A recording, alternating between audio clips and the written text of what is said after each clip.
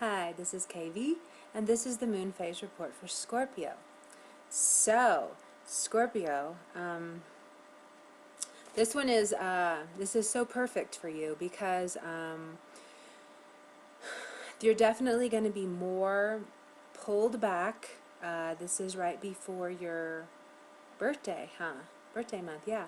So you're definitely going to be more pulled back. This is when you're really looking at your life thus far and seeing what you really like and what you would like to change. And this is when we usually, around this time before our birthdays, we have our the strongest kind of depression in our lives of just feeling like, gosh, I didn't do what I wanted to do, or you're just going to be scanning back your year, and you're going to come up with a feeling of feeling great, and yes, I had this fabulous year and I feel awesome. Or you're going to be like, oh my gosh, this is not where I thought I would be, and there can be like more depressed and down kind of feelings. But you always have to understand that if you are in the depressed kind of one, that it's only operating as a catalyst for you to get more clear on what you're going to do next year.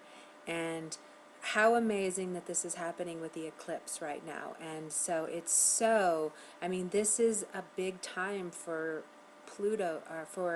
Scorpios to go through a mass ascension to really clear out a lot of nasty dark density that tends to incarnate with them.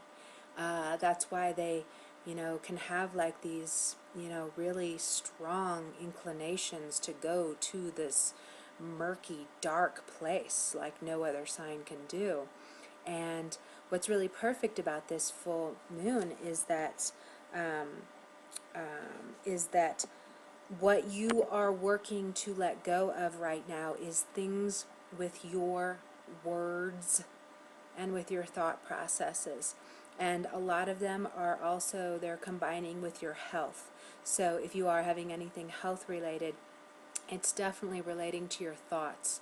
So what I would say for every Scorpio is to it'd be great, I mean, you can't do that with your head, but it would be great if you could just have something recording. If you're talking on the phone with someone, always just having a recorder going, so that you can really hear what you are saying and the potency of what you are saying. So there may be a tendency for it to be a bit negative and to not be as abundant as what you want. And because you're Scorpio, there's this fixed thing with you where you'll tend to not even see it though. I mean, you can say like da da da da da and still think you're holding this higher state, but not even seeing what you're really saying and the intensity of it. So that's why I would suggest recording yourself and listening to it, and listening to how you talk to people, and listen to how just the words that come out, and then kind of play them back and be like, how would you take that? How would you feel if somebody said that to you? Because I know a lot of Scorpios can always want to dictate other people's lives. Like, you need to do this, you need to do that. They're the sign that is, I need. You always hear Scorpios say need over and over. You need to do, you need to. And there's just this sovereignty that's coming over all of us where we don't, and as you feel the same way being a Scorpio, you don't want anybody telling you what you need to do. So it's kind of funny that that's what you normally do, but on the flip side, you don't want anybody telling you that. So there's a really big mirror thing going on where you're needing to see what you're really putting out there, and taking it in tone by tone, word by word, and really kind of letting it sit in your body as you hear it again and be like, how would I like to be talked to like that? Or as an example of that, but also how is that bringing in what I really want to have happen?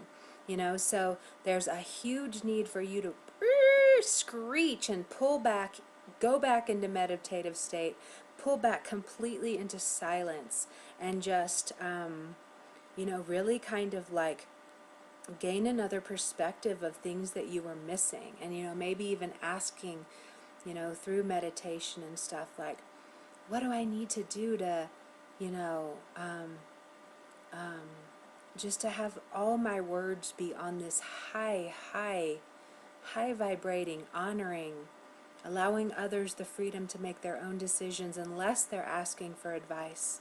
I'm always kind of like that. Like, I don't want anybody's advice unless I come to you and ask for it. Like, and I will clearly be like, what do you think I should do? Da da da. But mostly I don't. I mean, we're all sovereign beings. We all have all the answers in our bodies. You know, even with these, I try to be more like, I mean, you're never going to hear me like be like pointing a finger and telling like, you need to da da da da, you know, because it makes you like, you know, me especially, I pull back. I don't even hear anything once you address it like that. So kind of understand that, you know, you do have such a depth of wisdom in you, and you do know so much, and you do know what is best for people. You really do. But it's kind of like you need to wait for the invite, or you need to wait for, you know, somebody really coming for you, because then they're going to value what you say. And if you just push it on them, they're not. And then there's going to be this energy. And so it just, it feels to me like a time to really even kind of quiet down and, you know, pull it more inward. And Mercury is going retrograde 2 days after the eclipse, so this is very important. So in your first house, you're going to have the North Node, Saturn, and Mercury. So you're not really going to have to do much with trying to figure out what parts of your words work and what do not, because during this cycle, you're really going to see, you're probably going to um, um, maybe even like see it through other people. You could be learning it that way, but you're definitely just going to be like, whoa, you're going to be seeing yourself a little different. You're going to really be aware of how other people are affected by you, and you're going to be aware of how your words are either empowering or disempowering, and there's just going to be something that is trying to align you to only being like, you know, kind of like only being like that wise teacher that gives the teachings when the student shows up or whatever. I said it totally wrong, but you know what I mean. So like only really giving it out when they're coming for it, so that it is a more valuable exchange of you honoring, you know, what you know and what you can share, and then them like, you know, coming for it, so they really respect you and they really get what you can share with them. So the next several weeks, I would even put it at like a couple months, you're really, it's going to be really on your mind, like what you say, how you communicate, any messages you want to get out. um, yeah, because that's the thing too, is that your messages are to be very powerful now, you know. So there's power, there's alchemy, there's, you know, there's wisdom in what you can share. So it's needing, you're needing to just like get so clear on how you use the words. And if you don't, you're just going to have like these blow up furious things that keep happening over and over and over, and it's going to be like this trigger thing. And you know, whether it's like happening in jobs, and you get, there's always, it ends up being like this verbal war thing, and you know, whatever kind of habit or pattern is showing up, because it's something pattern related too. So, but it's going to be coming to you, so it's not like you even really have to do too much work with it. You're just going to get it. A lot of times, like I said, you learn these things through other people, so it can be where you're like seeing somebody else talk like that or act like that, and you're like, ugh, you know, and through that you're like, whoa, I need to change this about me, because, you know, we need you Scorpios in the eagle, and I feel like so many of them are moving to that. You really are moving. You know, I think with the North Node and Saturn, you know, it's like the whole point is that let's evolve these Scorpios so that they can be like these power holders that are just like these shamanic kind of, you know, putting magic and healing into whatever they do for the planet, you know. So, but it can't happen till you kind of release that karmic stuff that you came in with, that is really about, I mean, it's so much about the tongue. It's so much about those words that can come out when you're hurt, are lashing. And if you watched the main video I did, it would help you to see how I had a dream that I was supposed to share with you all about the hindsight vision. You know, always trying to go to that hindsight vision of, you know, where we are at, you know, weeks after we do something by showing our ass, you know, or saying something that was so hurtful and then being like, oh my gosh, why did I lash? Why couldn't I have done it a different way? Why couldn't I have asked this person instead of da-da-da that person, you know? So there's so much going on with that with you, and um, there is something too, even, you know, in the work environment, because that's where the moon is too. So it can be something, you know, learning about this thing that, like I said, keeps happening in the work environment, keeps happening, and it's just like you're just going to be coming to this decision to change it, you know, and to raise it to the highest tone, to zip your lip if it isn't for, you know, the good of all, and to really learn to just like say the empowering things, or to only come out with the wisdom when you have been asked, you know, in allowing others the right to live their own lives and make their own decisions and, you know, do all that stuff.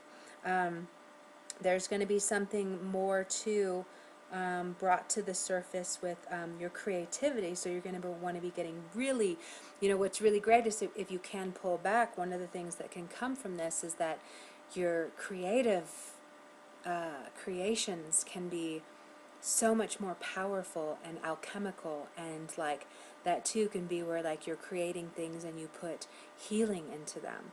And if you can align to something like that, then that, you know, will just be marvelous. And you know, maybe kind of thinking about that right now, or even like taking a class where you can learn to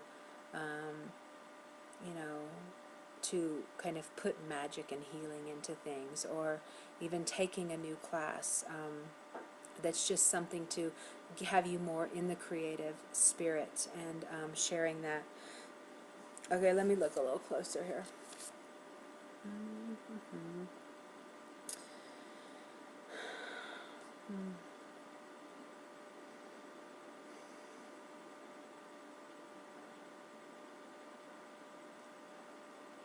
There's also something with the creativity that is value related. So there can even be, you know, by cleaning up your words and cleaning up the image that other people have about you, so that they really do see you as powerful and majestic as you can be. I mean, like, that's where, like, you know, Scorpios on that higher tone are like the most beautiful, amazing ones out there, you know?